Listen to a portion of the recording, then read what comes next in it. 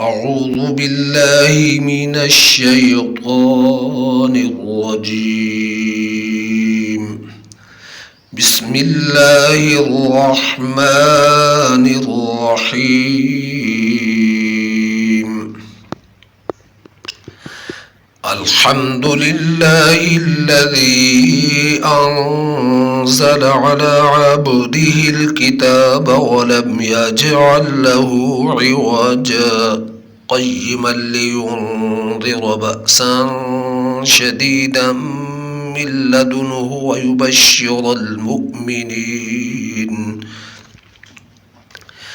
ويبشر المؤمنين الذين يعملون الصالحات أن لهم أجرا حسنا ماكثين فيه أبدا وينذر الذين قالوا اتخذ الله ولدا ما لهم به من علم ولا لآبائهم كبرت كلمة تخرج من أفواههم إن يقولون إلا كذبا فلعلك باخع نفسك على آثارهم إن لم يؤمنوا بهذا الحديث أسفا إنا جعلنا ما على الأرض زينة لها لنبلوهم أيهم أحسن عملا وإنا لجاعلون ما عليها صعيدا جرزا أم حسبت أن أصحاب الكهف والرقيم كانوا من آياتنا عجبا إذ أوى الفتية إلى الكهف فقالوا ربنا آتنا من لدنك رحمة وهيئ لنا من أمرنا رشدا فضربنا على آذانهم في الكهف سنين عددا ثم بعثناهم لنعلم أي الحزبين أحصى لما لبثوا أمدا نحن نقص عليك نبأهم بالحق إنهم فتية آمنوا بربهم وزدناهم هدى وربطنا على قلوبهم إذ قاموا فقالوا ربنا رب السماوات والأرض لن ندعو من دونه إلها لقد قلنا إذا شططا هؤلاء قوم اتخذوا من دونه آلهة لولا يأتون عليهم بسلطان بين فمن أظلم ممن افترى على الله كذبا وإذ اعتزلتموهم وما يعبدون إلا الله فأووا إلى الكهف ينشر لكم ربكم من رحمته ويهيئ لكم من أمركم مرفقا وترى الشمس إذا طلعت تزاور عن كهفهم ذات اليمين وإذا غربت تقرضهم ذات الشمال وهم في فجوة منه ذلك من آيات الله من يهد الله فهو المهتد ومن يضلل فلن تجد له وليا مرشدا وتحسبهم أيقاظا وهم رقود ونقلبهم ذات اليمين وذات الشمال وكلبهم باسط ذراعيه بالوصيد لو اطلعت عليهم لوليت منهم فرارا ولملئت منهم رعبا وكذلك بعثناهم ليتساءلوا بينهم قال قائل منهم كم لبثتم قالوا لبثنا يوما أو بعض يوم قالوا ربكم أعلم بما لبثتم فابعثوا أحدكم بورقكم هذه إلى المدينة فلينظر أيها أزكى طعاما فليأتكم برزق منه وليتلطف ولا يشعرن بكم أحدا إنهم إن يظهروا عليكم يرجموكم أو يعيدوكم في ملتهم ولن تفلحوا إذا أبدا وكذلك أعثرنا عليهم ليعلموا أن وعد الله حق وأن الساعة لا ريب فيها إذ يتنازعون بينهم أمرهم فقالوا بنوا عليهم بنيانا ربهم أعلم بهم قال الذين غلبوا على أمرهم لنتخذن عليهم مسجدا سيقولون ثلاثة رابعهم كلبهم ويقولون خمسة سادسهم كلبهم رجما بالغيب ويقولون سبعة وثامنهم كلبهم قل ربي أعلم بعدتهم ما يعلمهم إلا قليل فلا تمار فيهم إلا مراء ظاهرا ولا تستفت فيهم منهم أحدا ولا تقولن لشيء إني فاعل ذلك غدا إلا أن يشاء الله واذكر ربك إذا نسيت وقل عسى أن يهديني ربي لأقرب من هذا رشدا ولبثوا في كهفهم 300 سنين وازدادوا 9 قل الله أعلم بما لبثوا له غيب السماوات والأرض أبصر به وأسمع ما لهم من دونه من ولي ولا يشرك في حكمه أحدا ما لهم من دونه من ولي ولا يشرك في حكمه أحدا واتل ما أوحي إليك من كتاب ربك لا مبدل لكلماته ولن تجد من دونه ملتحدا واصبر نفسك مع الذين يدعون ربهم بالغداة والعشي يريدون وجهه ولا تعد عيناك عنهم تريد زينة الحياة الدنيا ولا تطع من أغفلنا قلبه عن ذكرنا واتبع هواه وكان أمره فرطا وقل الحق من ربكم فمن شاء فليؤمن ومن شاء فليكفر إنا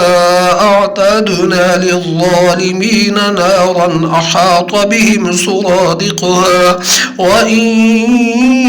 يستغيثوا يغاثوا بماء كالمهل يشوي الوجوه بئس الشراب وساءت مرتفقا إن الذين آمنوا وعملوا الصالحات إنا لا نضيع أجر من أحسن عملا أولئك لهم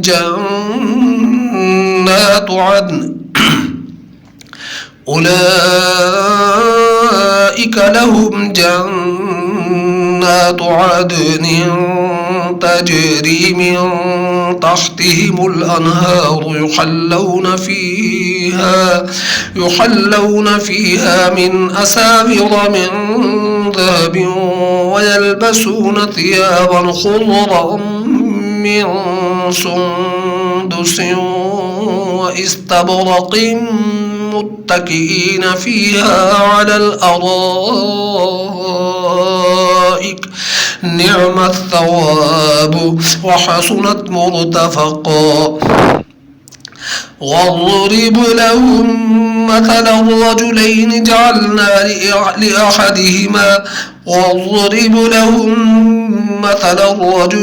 جعلنا لأحدهما جنتين من أعناب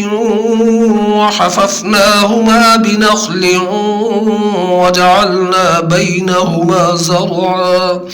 كلتا الجنتين آتت أكلها ولم تظلم منه شيئا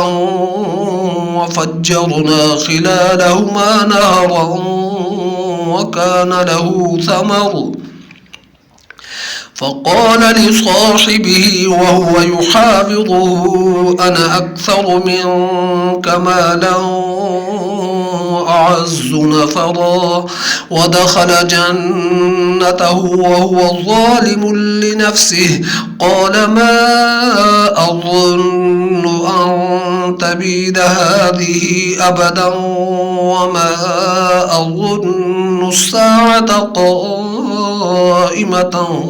ولئن رددت إلى ربي لأجدن خيرا منها منقلبا قال له صاحبه وهو يحاوره أكفرت بالذي خلقك من تراب ثم من نطفة ثم سواك رجلا لكن هو الله ربي ولا أشرك بربي أحدا ولولا إذ دخلت جنتك قلت ما شاء الله لا قوة إلا بالله إن ترني أنا أقل منك مالا وولدا فعسى ربي أن يؤتيني خيرا من جنتك ويرسل عليها حسبانا من السماء فتصبح صعيدا زلقا أو يصبح ماؤها غوضا فلن تستطيع له طلبا وأحيط بثمره فأصبح يقلب كفيه على ما أنفق فيها وهي خاوية على عروشها ويقول يا ليتني لم أشرك بربي أحدا ولم تكن له فئة ينصرونه من دون الله وما كان منتصرا هنالك الولاية لله الحق هو خير ثوابا وخير عقبا واضرب لهم مثل الحياة الدنيا كماء أنزلناه من السماء فاختلط به نبات الأرض فأصبح هشيما تذروه الرياح وكان الله على كل شيء مقتدرا. المال والبنون زينة الحياة الدنيا والباقيات الصالحات خير عند ربك ثوابا وخير أملا. ويوم نسير الجبال وترى الأرض بارزة وحشرناهم فلم نغادر منهم أحدا وعرضوا على ربك صفا لقد جئتمونا كما خلقناكم أول مرة بل زعمتم أن لن نجعل لكم موعدا.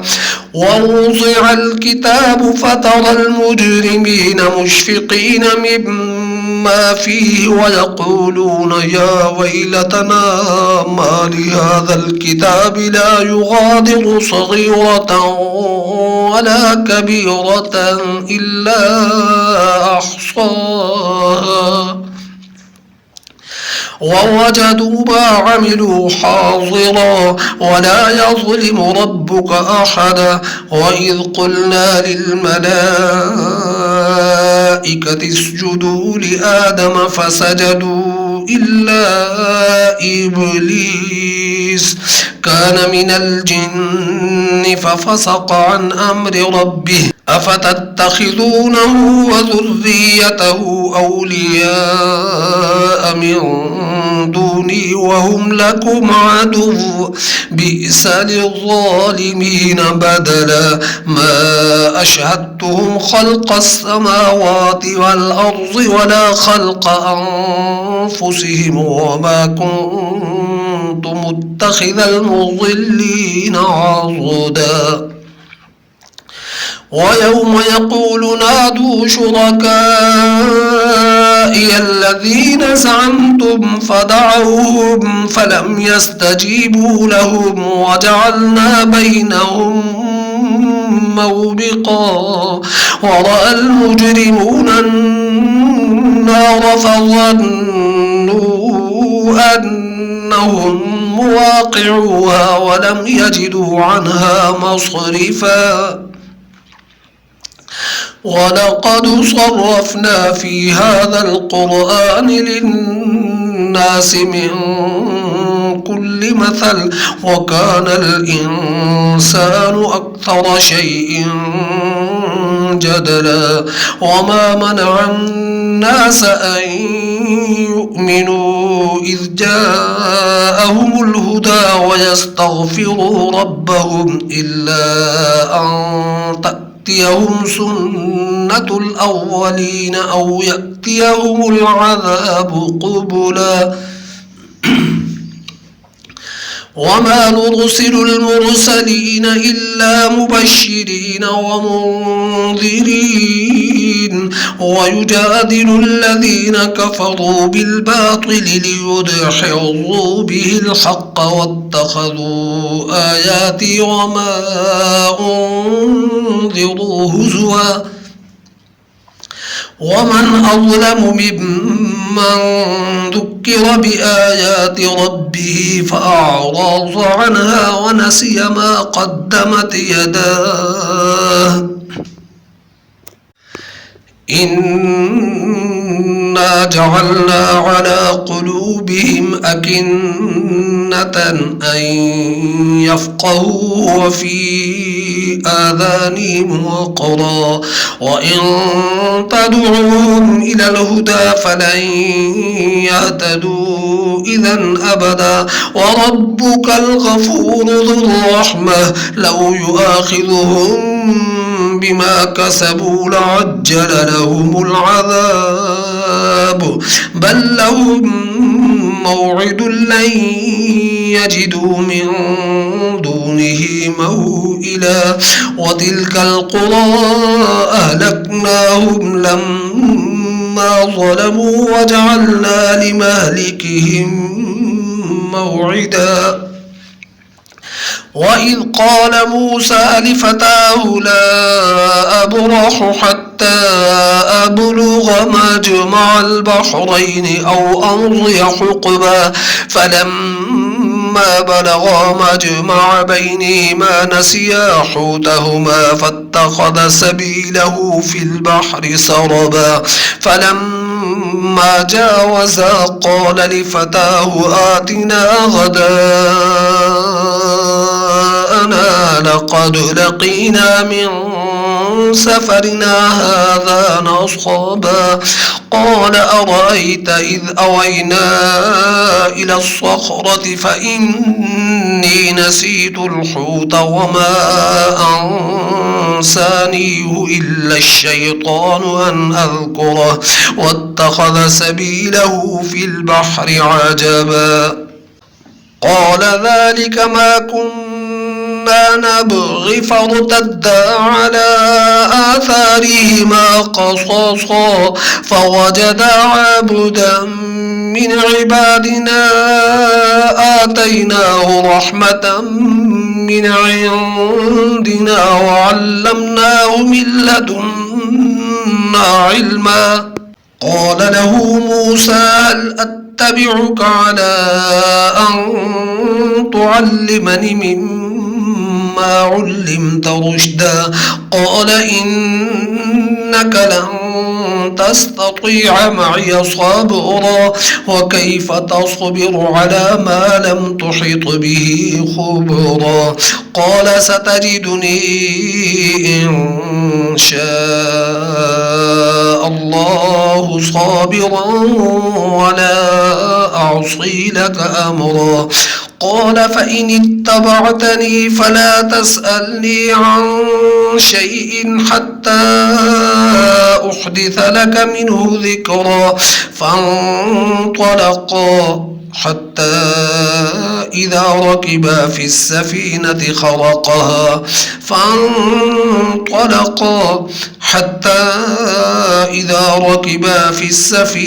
خرقها قال أخرقتها لتغرق أهلها لقد جئت شيئا إمرا قال ألم أقل إنك لن تستطيع معي صبرا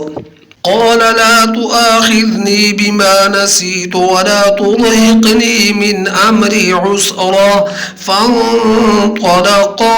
حتى إذا لقيا غلاما فقتله قال أقتلت نفسا زكية بغير نفس لقد جئت شيئا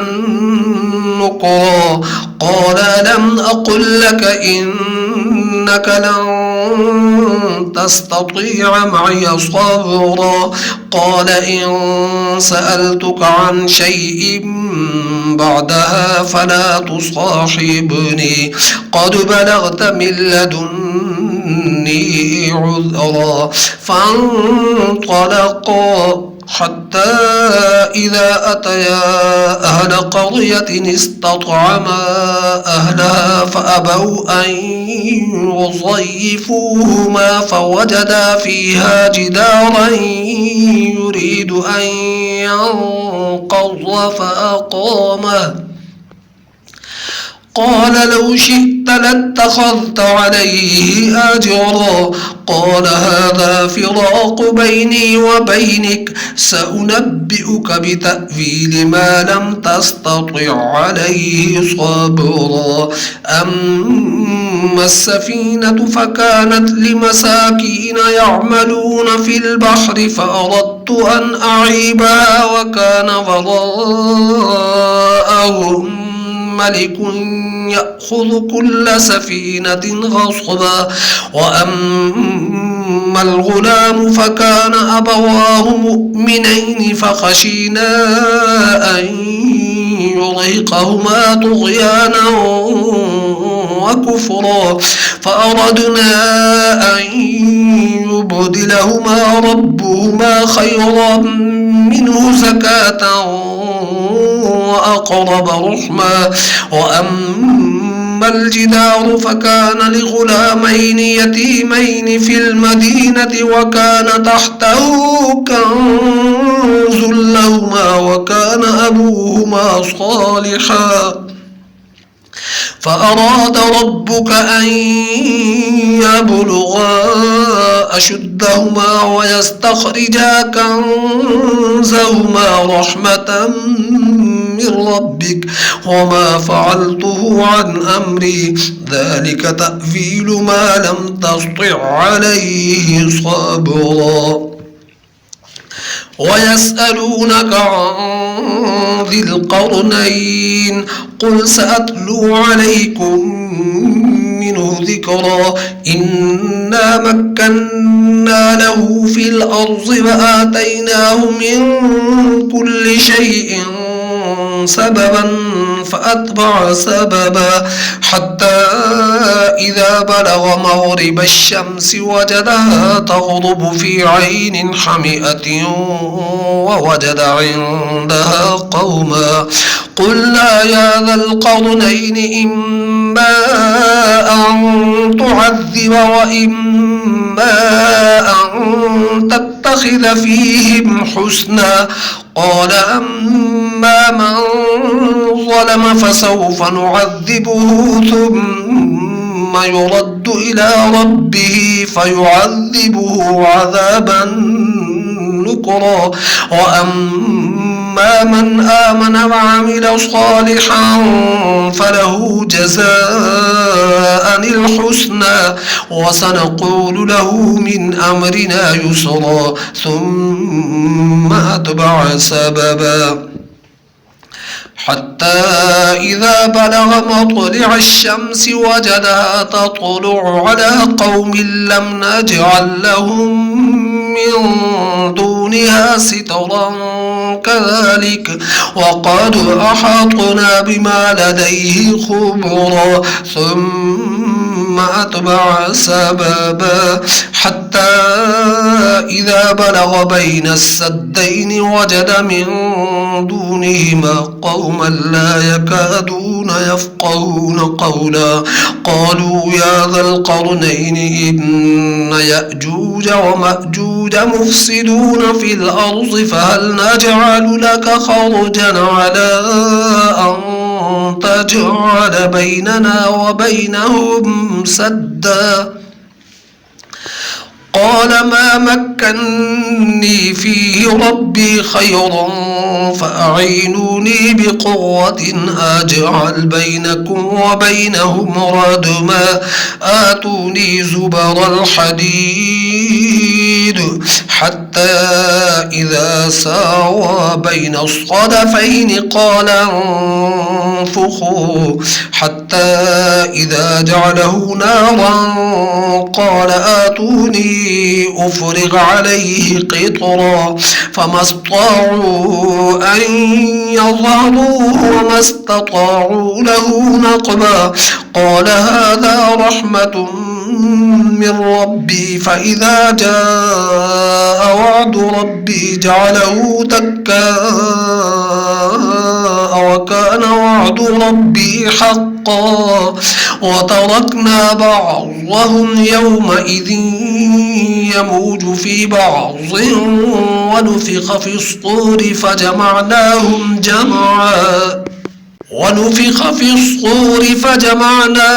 جمعا وعرضنا جهنم يومئذ للكافرين عرضا. الذين كانت أعينهم في غطاء عن ذكري وكانوا لا يستطيعون سمعا. أفحسب الذين كفروا أن يتخذوا عبادي من دوني أولياء إنا أعتدنا جهنم للكافرين نزلا قل هل ننبئكم بالأخسرين أعمالا الذين ضل سعيهم في الحياة الدنيا وهم يحسبون أنهم يحسنون صنعا أولئك